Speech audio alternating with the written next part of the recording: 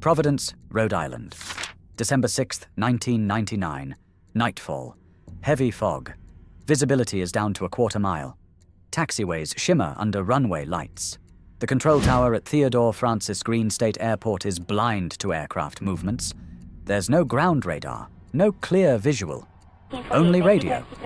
United Airlines Flight 1448, a Boeing 757 arriving from Chicago, has just touched down on runway 5 right. The landing is uneventful. The danger comes after. Moments later, the crew is issued a simple taxi instruction: November, then Tango. But in the fog, the pilots take a wrong turn, onto taxiway Bravo. It leads directly back to the active runway.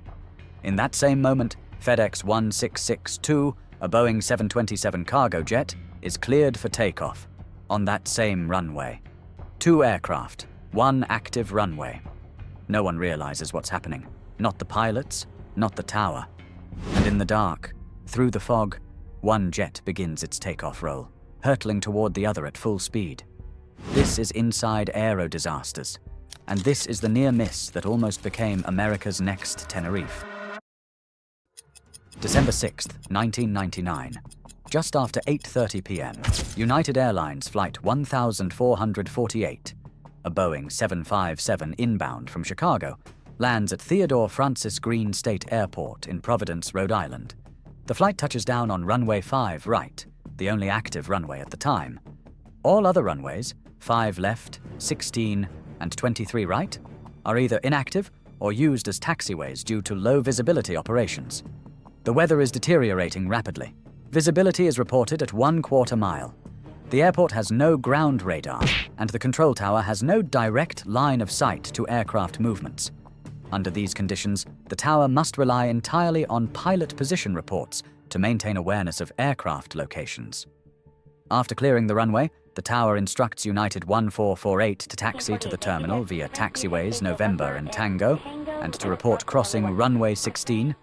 Taxi via November and Tango, report crossing runway 16. These taxiways are standard and do not cross any active runways. But in the fog, situational awareness inside the cockpit begins to break down. Instead of continuing on taxiway November as instructed, the crew mistakenly turns left onto taxiway Bravo. This misrouting leads the aircraft directly toward the intersection of runways 16 and 23 left, and ultimately back toward the active runway 5 right from which they had just landed. At this point, United 1448 is no longer following its clearance, but in the absence of surface radar, the tower remains unaware of the deviation. The crew also provides incorrect position reports, contributing further to the confusion. With the aircraft slowly taxiing in the fog, neither the pilots nor the controller realize that Flight 1448 is now approaching the active runway from the opposite end, in the direct path of departing traffic. While United 1448 slowly navigates the wrong taxi route, another aircraft is preparing for departure. FedEx 1662, a Boeing 727 cargo flight bound for Memphis, is holding short of runway 5 right at the Sierra intersection, awaiting clearance. The tower, still unaware of United's deviation, confirms that the runway is clear. Based on United 1448's earlier position reports, air traffic control believes the 757 is well clear of all active runways. FedEx 1662 is cleared for takeoff.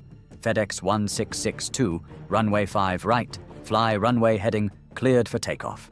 At the same moment, United 1448 is unknowingly creeping onto the departure end of that same runway, 5 right, from the opposite side. The aircraft is now partially or fully within the runway environment, but due to the fog and lack of radar, neither the crew nor the tower realizes it. The United pilots notice something is off. They can see runway lights and no sign of expected taxiway markings. They radio the tower. We're on November by the runway, and we don't see... Are we cleared across straight ahead? Believing United is approaching the inactive runway 16, the controller responds, yes, proceed across. This instruction inadvertently clears United 1448 to cross what is, in reality, an active departure runway. The misidentification of position, by both pilot and controller, places United 1448 directly in the takeoff path of the accelerating FedEx 727. Seconds later, as the FedEx aircraft begins its takeoff roll, the United crew hears the unmistakable roar of jet engines approaching through the fog. They look right and see landing lights. Somebody just took off! FedEx 1662, now at takeoff speed, passes within mere seconds and hundreds of feet of the United 757. The 727 becomes airborne and climbs out, unaware of how close it came to disaster. United 1448 is shaken. They stop the aircraft and call the tower. We are currently on a runway. We're looking out to the right. We just had a departure go right over us. The near miss should have triggered immediate containment, but instead, the confusion deepens. United 1448, now aware they're on a runway, radios the tower. We are currently on a runway. We just had a departure go right over us. Despite this alarming report, the controller still believes the aircraft is on taxiway November near runway 16 and continues issuing clearances based on incorrect assumptions. When asked for their exact position, the United crew incorrectly responds, "We're on 23 right at the intersection of 16. We just overshot Kilo." In reality, they are on runway 23 left, near the intersection of runway 16 and the taxiway Kilo, a critical detail. But the crew's position report is wrong, and the controller has no visual confirmation. With the true situation still unclear, the tower moves forward and clears another departure. US Air 2998, runway 5 right, fly runway heading, cleared for takeoff. United 1448, now aware that the runway they're on may still be active, urgently interrupts. "Ma'am, I'm trying to advise you, we're on an active runway." But the controller, relying on incorrect coordinates and verbal reports, replies dismissively, "5 right is not an active runway. It's a taxiway right now." The statement is factually incorrect. Runway 5 right is and has been active throughout the entire sequence. FedEx 1662 just departed from it. At this moment, multiple aircraft are moving under conflicting assumptions, and the tower has yet to fully acknowledge that a 757 is sitting on an active runway.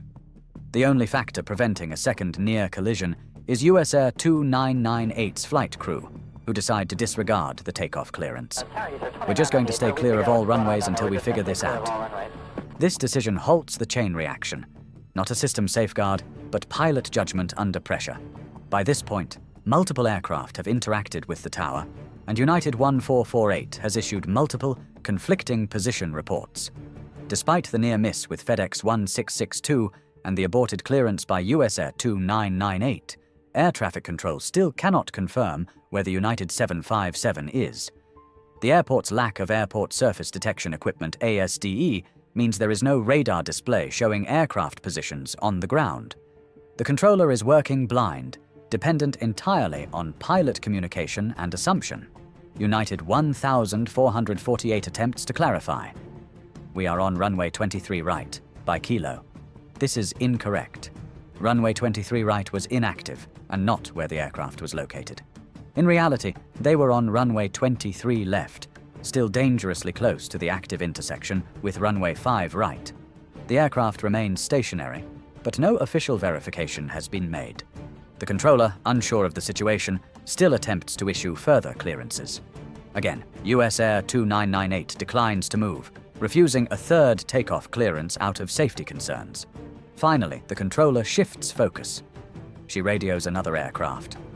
"Hold all traffic. United has no idea where they are." At last, a shift occurs. The seriousness of the incursion is acknowledged, and all surface movement is paused. United 1448, still trying to regain orientation, reports. "We're facing approximately 200 degrees. I see a sign that says 23 left to my right and 16 to my left. Kilo is ahead." This description gives the tower enough detail to triangulate the aircraft's true position.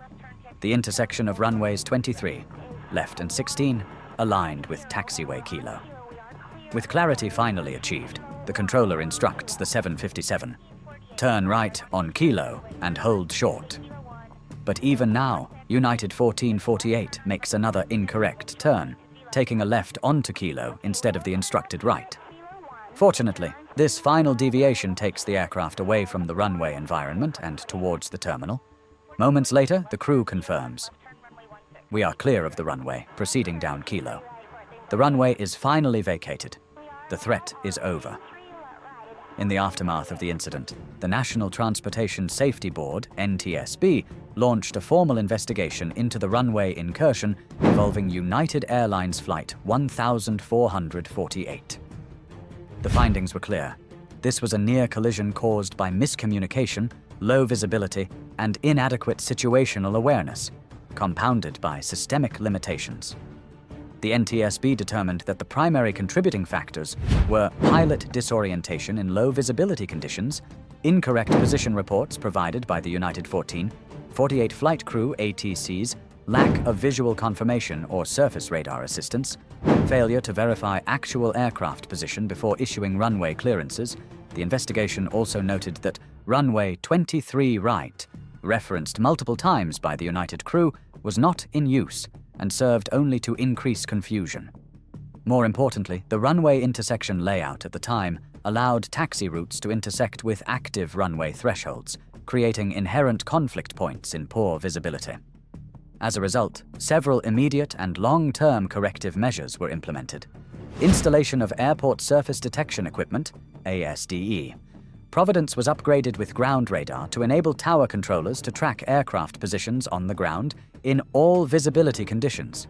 Conversion of runway 23, right into a taxiway.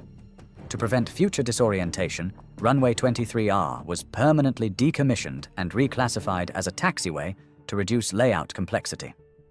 Taxiway design and lighting improvements, signage, lighting, and taxi routing were revised to improve pilot guidance during night and low visibility operations. ATC procedural changes, enhanced verification requirements were introduced for position reports, especially in conditions below minimum visibility thresholds. This event became a case study in how human error and environmental limitations can combine to nearly catastrophic effect, even in the absence of technical failures. The runway incursion involving United Airlines Flight 1448 was not the result of mechanical failure or equipment malfunction. It was the product of disorientation, assumption, and breakdowns in communication, all occurring in an environment without the tools to verify or correct them. In the absence of ground radar, the tower relied on verbal reports, and when those reports were wrong, there was no system in place to catch the error before it became dangerous. The incident was avoided not by design, but by individual decision-making. A FedEx crew took off blind to what lay ahead. A US air flight refused multiple clearances, choosing caution over confidence. And only after multiple warnings did air traffic control pause and reassess. Because in aviation, awareness isn't just about where you are, it's about knowing what you don't see and what you can't afford to assume. If you found this breakdown informative, make sure to like and subscribe for more real-world aviation investigations. And let us know in the comments, which case should we analyze next? Because sometimes it's not the impact that defines the disaster. It's how close it came